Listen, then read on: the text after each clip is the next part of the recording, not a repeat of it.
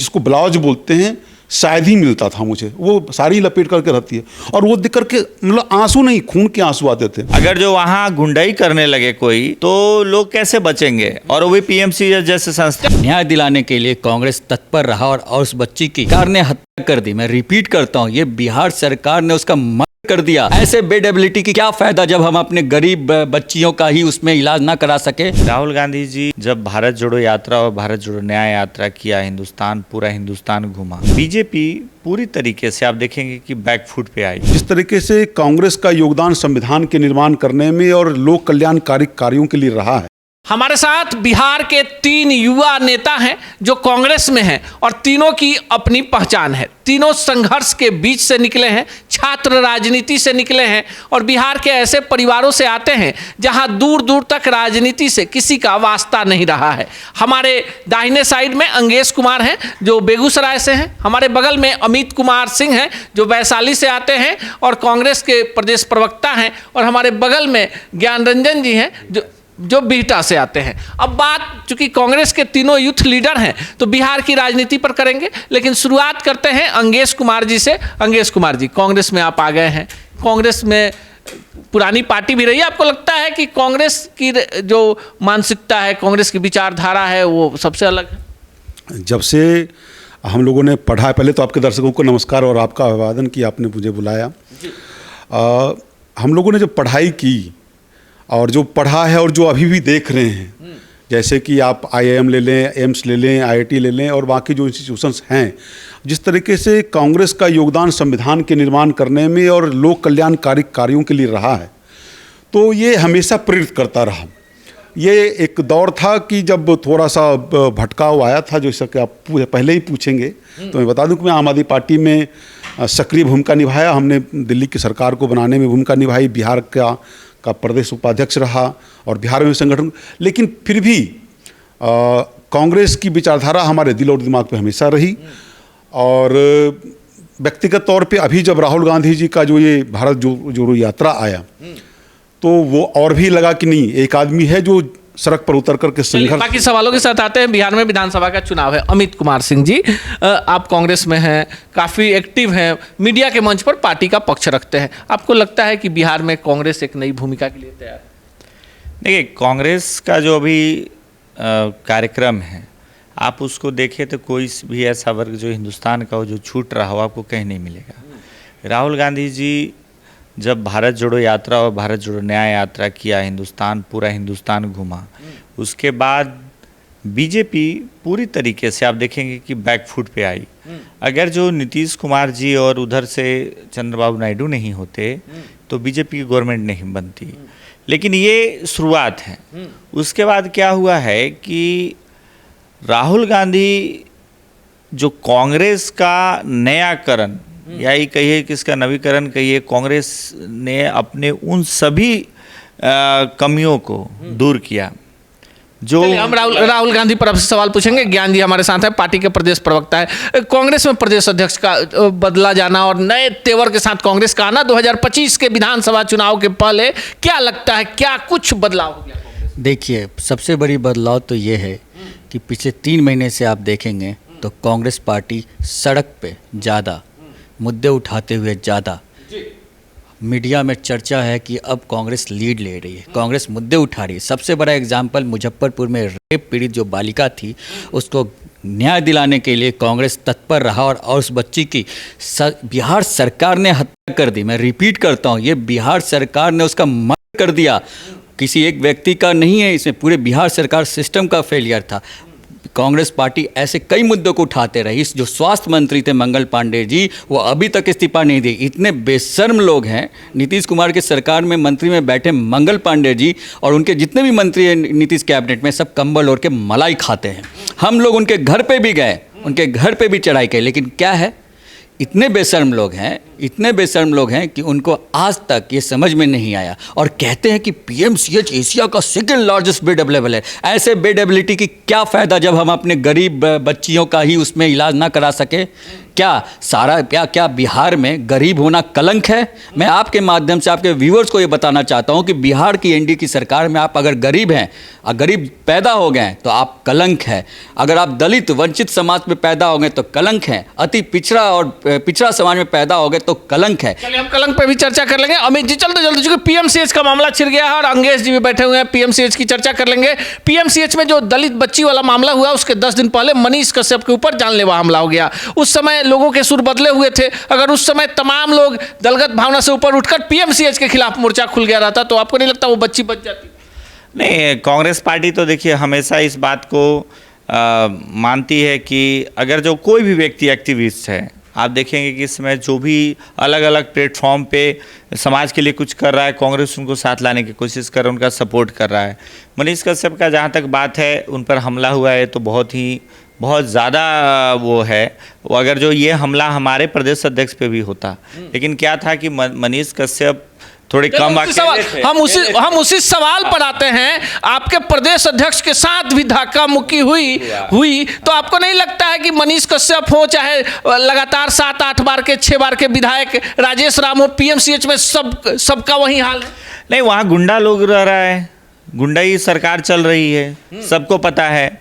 नहीं तो कोई डॉक्टर के पास क्यों जाता है? डॉक्टर तो एक ऐसा पेशा है कि किसी को जान बचाने के लिए उसे रिक्वेस्ट करने जाता है। अगर जो वहाँ गुंडाई करने लगे कोई, तो लोग कैसे बचेंगे? और वो भी पीएमसीएच जैसे संस्थान में। चलिए हम फिर आपके पास आते हैं। अंगेश जी काफ़ी देर से बैठे हुए हैं।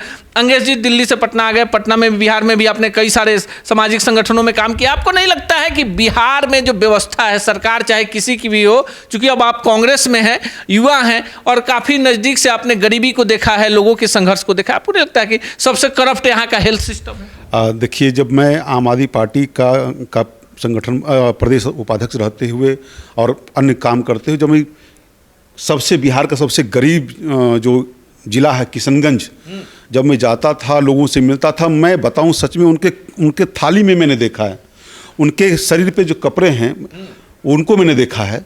ये बताते हुए मुझे बहुत दुख होता है। और जब मैं मिलता था तो लिटरली आँख में आंसू आ जाते। और जब मैं उनके सामने में गरीबी से कैसे निकला जाए और सरकार क्या नहीं कर रही है और कैसे करना चाहिए, उसके लिए मैं उनको समझाता था, भाषण देता था, अनूप भाई लिटरली मेरे आंखों से आंसू होता था, मेरा गला भरा हुआ होता था कि 50 वर्ष से ऊपर की जो महिलाएं हैं, किशनगंज का मैं बता रहा हूँ, पूर्णिया और सीमांचल का, कि 50 वर्ष से ऊपर की महिलाओं के ऊपर वाले तल पे, जिसको ब्लाउज बोलते हैं, शायद ही मिलता था मुझे। वो साड़ी लपेट करके रहती है और वो देख करके मतलब आंसू नहीं, खून के आंसू आते थे।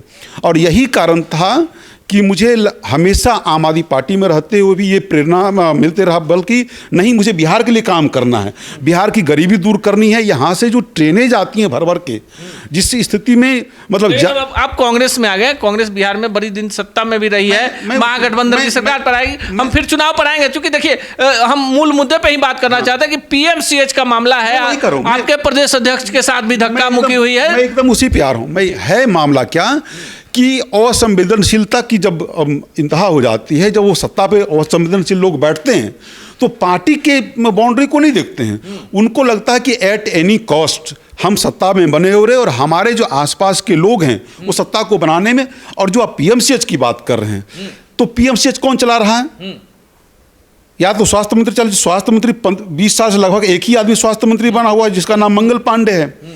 तो उस आदमी की संवेदनशीलता और वो एक एक चीज जो योजनाओं के माध्यम से या जो डिस्ट्रीब्यूशन होता है, मैं इस पे अगर कहेंगे तो एक लंबा इंटरव्यू आपको करना पड़ेगा स्वास्थ्य विभाग मेरे फोन पर अलग। तो इस मुद्दे में बताना चाह रहा हूं कि नीतीश कुमार जी जो सत्ता में बैठे हुए हैं, वो जनता के समर्थन से नहीं बैठे हुए हैं। आपको क्लियर में बता देता हूं, वो ब्यूरोक्रेटिक सिस्टम के माध्यम से बैठे हुए और वही ब्यूरोक्रेट पीएम से चला रहा है, जिसके कारण से जनप्रतिनिधि और समाज सेवी जब जाता है वहां पे तो उनके साथ मारपीट। चलिए, डेमोक्रेटिक सिस्टम है, लेकिन जो अधिकारी हैं वो पीएमसीएच चला रहे हैं। अब बताइए, एक पीएमसीएच का मामला होता है, चाहे मनीष कश्यप हो, चाहे आपके प्रदेश अध्यक्ष हो, सबके साथ एक जैसा व्यवहार। आपको नहीं लगता है कि सबको मिलकर एक बड़ा जन आंदोलन कर देना चाहिए? देखिए, सबसे इम्पॉर्टेंट बात इसमें क्या है, जो डॉक्टर्स हैं, आईएमए की जो यहाँ पे रोल था, बहुत संशय वाला है, बहुत संदेह है।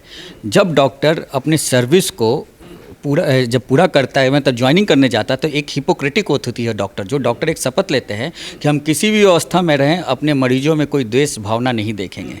तो क्या हुआ, आईए में जब डॉक्टरों पे हमला होता है तो आईए में दौड़ के चली आती है। इस मामले में आईए में कहाँ है? मैं आपके माध्यम से सवाल पूछता हूँ आईए में से कि बिहार का आईए में कहाँ है, देश का आईए में कहाँ है? ये चीज़ बहुत ज़रूरी है। हम सिर्फ आवाज़ उठाते हैं, ये बात अलग है, लेकिन क्या आवाज़ हम सही जगह उठाते हैं? क्या हम सही जगह पूछते हैं? आप सवाल कीजिए, जाइए बिहार के आईए में से कितने दिनों से सवाल भी पूछ लेंगे। अमित सिंह जी ये कह रहे हैं आईए में सवाल नहीं उठाता है, अंगेश जी कह रहे हैं कि सिस्टम करप्ट हो गया है, गरीबी बहुत ज़्यादा है। आपसे पूछ लेते हैं डॉक्टर संजय जायसवाल, एक बड़ा नाम बेतिया के सांसद हैं, उन्होंने एक पोस्ट लिखा कि मुझे शर्म आती है कि मैं उस PMCH कॉलेज से पढ़ा हूं जहां इस तरह की घटना होती है और 2 मिनट में वो डिलीट हो जाता है। सबको पता है कि भाजपा का कोई भी नीचे से लेकर ऊपर तक किसी का कोई हैसियत नहीं है, चाहे बिहार का सांसद हो, चाहे वो बंगाल का सांसद हो, चाहे पंजाब का सांसद, कहीं भी हो। भाजपा में 2 लोग हैं और 2 लोग ही तय करते हैं कि भाई तुम सुबह में क्या बोलोगे, शाम को क्या बोलोगे, रात को क्या बोलोगे। तो ये वहाँ पे डेमोक्रेसी, और सबसे बड़ी बात ये है कि कोई जनप्रतिनिधि चुन के जाता है तो जनता उसको चुन के भेजती है। लेकिन जिस दल का आदमी ही करप्ट हो, जो दल का आदमी ही डेमोक्रेसी में विश्वास नहीं रखता हो, उस दल में, उस दलदल में फंसे हुए उस सांसद की क्या हैसियत है? क्या हैसियत है कि वो बोल दें और वहाँ पे टिके रहें? वैसे कोई भी भाजपा का नेता आज के डेट में आप उनसे पूछिए, अकेले में जाके आप इंटरव्यू करते, आप लोग कहते भी होंगे, वो एक लाइन कहता हो कि भाई हमारी क्या हैसियत है, तुम जान ही रहे हो। चलिए हैसियत की सवाल पर, क्योंकि हम कई सारे सवाल भी पूछना चाहते थे, समय की पाबंदी है, लेकिन मामला कांग्रेस के इन तीनों यूथ लीडरों ने ये बता दिया कि बिहार में जो सिस्टम है वो अधिकारी चला रहे हैं। PMCH जाइएगा तो फिर दांत चियार कर मर जाइएगा, क्योंकि आप गरीब हैं, क्योंकि आप सत्ता के तरफ से आपकी पैरवी नहीं हुई है। बाकी चुनाव है, 2025 है, तमाम पार्टियां आपके बीच आएंगी अपने अपने एजेंडे के साथ। आपको अगर लगता है कि बिहार का विकास करना है तो बाकी असली मालिक तो आप हैं। क्या सोचते हैं कमेंट बॉक्स में जरूर बताइएगा। सच टॉक का ये वीडियो आप लोगों को कैसा लगा कमेंट करके जरूर बताएं। साथ ही साथ अपने दोस्तों से शेयर करना इस वीडियो को ना भूलें, और हमारा 25 लाख का परिवार फेसबुक पे है, फॉलो बटन पे क्लिक करके जो है आप उससे जुड़ सकते हैं। यूट्यूब पे भी लगभग 25 लाख का परिवार है हमारा, उस पे भी जो है सब्सक्राइब बटन पे क्लिक करके आप जुड़ सकते हैं। साथ ही साथ इंस्टाग्राम और ट्विटर पे भी जो है आप फॉलो करना ना भूलें, तब जाके जो है आपको वीडियो का नोटिफिकेशन सबसे पहले मिलेगा। जय हिंद।